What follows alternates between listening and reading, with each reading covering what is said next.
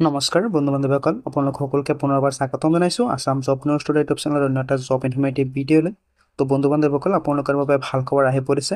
অসম চৰকাৰৰ তৰফৰ পৰা আপোনাৰ কিছুমান পদৰ কাৰণে ভেকেঞ্চিৰ নটিফিকেশ্যন প্ৰকাশ কৰা হৈছে, য'ত আপোনালোকৰ কাৰণে গ্ৰেড 3 পদৰ ভেকেঞ্চি আছে।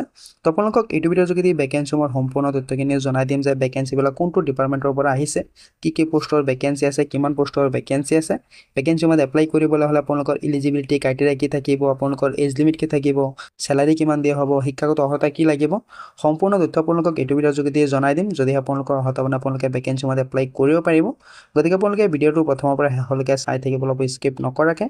কিন্তু তাৰ আগতে যদি আপোনালোকে চেনেলটোত নতুন আহিছে, যদি তেওঁ চেনেলটো ছাবস্ক্ৰাইব কৰা নাই, তেনেহ'লে ছাবস্ক্ৰাইব কৰি ৰাখিব পৰৱৰ্তী জব আপডেটবোৰ পাবলৈ। আৰু যদি আপোনালোকে এতিয়াও আমাৰ হোৱাটছআপ গ্ৰুপত জইন হোৱা নাই, জইন হৈ ল'ব পাৰে। তাতো আপোনালোকৰ কাৰণে জব ৰিলেটেড ৰেগুলাৰ আপডেটবিলাক দিয়া হয়। তো বন্ধু বান্ধৱীসকল, অসম চৰকাৰৰ তৰফৰ পৰা নতুনকৈ যিকেইটা ভেকেঞ্চিৰ নটিফিকেশ্যন প্ৰকাশ কৰা হৈছে, ভেকেঞ্চিৰ আপোনালোকে নটিচটো চাব পাৰে। অৰ্থাৎ ভেকেঞ্চিৰ অভাৰভিউটো আপোনালোকে চাব পাৰে যে লেবৰ ৱেলফেয়াৰ ডিপাৰ্টমেণ্টৰ তৰফৰ পৰা 13টা পোষ্টৰ কাৰণে ভেকেঞ্চিৰ নটিফিকেশ্যন প্ৰকাশ কৰা হৈছে, য'ত আপোনালোকে অনলাইনৰ জৰিয়তে ভেকেঞ্চিসমূহ এপ্লাই কৰিব লাগিব। তো 2025 চনৰ কাৰণে আপোনালোকৰ লেবৰ ৱেলফেয়াৰ ডিপাৰ্টমেণ্টৰ তৰফৰ পৰা ভেকেঞ্চিখিনি আহিছে। তো আপোনালোকে চাব পাৰে যে গভৰ্ণমেণ্ট অফ আছামৰ আণ্ডাৰতে ভেকেঞ্চিৰ নটিফিকেশ্যনখিনি প্ৰকাশ কৰিছে। তো আপোনালোকে প্ৰথমতে ভেকেঞ্চিসমূহৰ অভাৰভিউটো চাই লওক। যদি আপোনালোকৰ অৰ্হতা মানে আপোনালোকে ভেকেঞ্চিসমূহত এপ্লাই কৰিব পাৰিব, আপোনালোকে ভেকেঞ্চিসমূহৰ ইলিজিবিলিটি ক্ৰাইটেৰিয়াটো চাই লওক।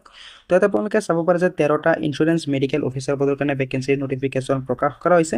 ইতিমধ্যে অনলাইন আবেদন প্ৰক্ৰিয়া আৰম্ভ হৈ গৈছে ভেকেঞ্চিসমূহৰ কাৰণে। অনলাইন এপ্লাই কৰাৰ অন্তিম তাৰিখ আপোনালোকে চাব পাৰে যে 29/5/2025, অৰ্থাৎ 29 মেলৈকে আপোনালোকে ভেকেঞ্চিসমূহত এপ্লাই কৰিব পাৰিব। তো যিকেইটা ভেকেঞ্চি আছে আপোনালোকে চাব পাৰে যে 13টা পদৰ যি ভেকেঞ্চিৰ নটিফিকেশ্যন প্ৰকাশ কৰা হৈছে ইঞ্চুৰেঞ্চ মেডিকেল অফিচাৰ পদৰ কাৰণে। তো আপোনালোকে কেটেগৰীজ নাম্বাৰ অফ ভেকেঞ্চিটো চাব পাৰে যে আনৰিজাৰ্ভৰ কাৰণে আছে 5টা পদৰ ভেকেঞ্চি, OBC MOBC কেণ্ডেটছৰ কাৰণে আছে 5টা পদৰ ভেকেঞ্চি, SCৰ কাৰণে আছে 2টা পদৰ ভেকেঞ্চি, ST হিলছৰ কাৰণে আছে 1টা পদৰ ভেকেঞ্চি। তো যিকেইটা ভেকেঞ্চি আছে ভেকেঞ্চিসমূহৰ চেলাৰীটো আপোনালোকে চাব পাৰে যে 30,000 টকাৰ পৰা আপোনালোকক 1,10,000 টকালৈকে দিয়া হ'ব পাৰ মান্থ হিচাপে। লগতে আপোনালোকৰ গ্ৰেড পে থাকিব 12,700 টকালৈকে। যথেষ্ট ভাল পৰিমাণৰ চেলাৰী আপোনালোকক দিয়া হ'ব ভেকেঞ্চিসমূহৰ কাৰণে। তো যদি আপোনালোকে ইণ্টাৰেষ্ট হয়, যদি আপোনালোকৰ অৰ্হতা মানে আপোনালোকে ভেকেঞ্চিসমূহত এপ্লাই কৰিব পাৰিব। তো শিক্ষাগত অৰ্হতাটো আপোনালোকে চাব পাৰে যে আপোনালোকৰ মিনিমাম MBBS ডিগ্ৰী কমপ্লিট কৰা হ'ব লাগিব।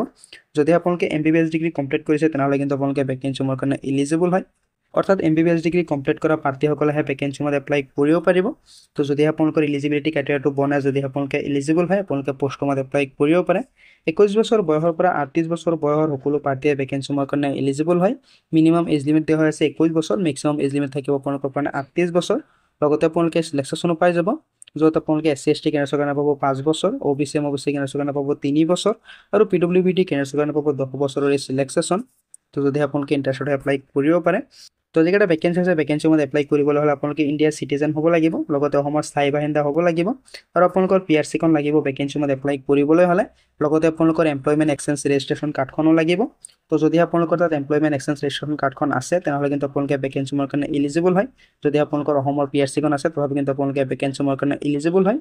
তো যদি আপোনালোকে ইণ্টাৰেষ্টত এপ্লাই কৰিব পাৰে, এপ্লিকেশ্যন ফিজ এটা আপোনালোকে চাব পাৰে যে জেনেৰেল EWS কেণ্ডেটছৰ কাৰণে 297 টকা 20 পইচা দিব লাগিব application fees. SC ST OBC MOBC কেণ্ডেটছৰ কাৰণে 197 টকা 20 পইচা এপ্লিকেশ্যন ফিজ দিব লাগিব।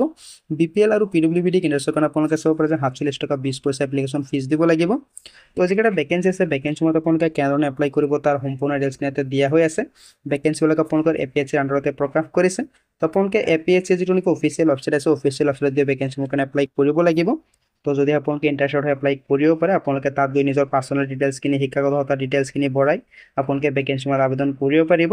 ইতিমধ্যে ভেকেঞ্চিসমূহৰ এপ্লাই প্ৰক্ৰিয়া আৰম্ভ হৈ গৈছে। আপোনালোকে চাব পাৰে যে 30 এপ্ৰিলৰ পৰা এপ্লাই প্ৰক্ৰিয়া আৰম্ভ হৈ গৈছিলে। এপ্লাই কৰাৰ অন্তিম তাৰিখ আপোনালোকে চাব পাৰে যে 29 মে। তো যদি আপোনালোকে ইণ্টাৰেষ্টত হয় এপ্লাই কৰিব পাৰে। এপ্লাই কৰাৰ লিংকটোৰ লগতে অফিচিয়েল নটিফিকেশ্যনটো আপোনালোকে হোৱাটছআপ গ্ৰুপত নাইবা ভিডিঅ' ডিছক্ৰিপশ্যনত গৈ পাই যাব। তো তাৰ পৰা আপোনালোকে সম্পূৰ্ণ ডিটেইলছখিনি ভালদৰে চাই বুজি পেলাই আপোনালোকে ভেকেঞ্চিসমূহত আবেদন কৰিব পাৰিব। লেবৰ ৱেলফেয়াৰ ডিপাৰ্টমেণ্টৰ তৰফৰ পৰা ভেকেঞ্চি নটিফিকেশ্যনখিনি প্ৰকাশ কৰা হৈছে নতুনকৈ। তো ভেকেঞ্চিবিলাক আপোনালোকৰ অসম চৰকাৰৰ আণ্ডাৰতে প্ৰকাশ কৰিছে। তো বন্ধু বান্ধৱীসকল, এইকেইটা আছিলে ভেকেঞ্চিৰ সবিশেষ আছে। আপোনালোকক জনাই দিলোঁ যে কি পোষ্টৰ ভেকেঞ্চি আছে, কিমান পোষ্টৰ ভেকেঞ্চি আছে। ভেকেঞ্চিসমূহত এপ্লাই কৰিবলৈ হ'লে আপোনালোকৰ এজ লিমিট কি থাকিব, দৰমহা কিমান দিয়া হ'ব, আপোনালোকৰ শিক্ষাগত অৰ্হতা কি লাগিব, সম্পূৰ্ণ তথ্য আপোনালোকক জনাই দিলোঁ। যদি আপোনালোকে ইণ্টাৰেষ্টত হয় এপ্লাই কৰিব পাৰে, আপোনালোকৰ অফিচিয়েল নটিফিকেশ্যনটো চেক কৰি ল'ব পাৰে। তো আশা কৰিছোঁ আপোনালোকে ভাল পাইছে। ভিডিঅ'টো ভাল পাইছে লাইক এটা কৰি দিব পাৰে, কেৱল যদি কেলে কমেণ্টত জনাব পাৰে। তো লগ পাম অন্য এটা ভিডিঅ'ত নতুন আপডেটৰ সৈতে। ধন্যবাদ।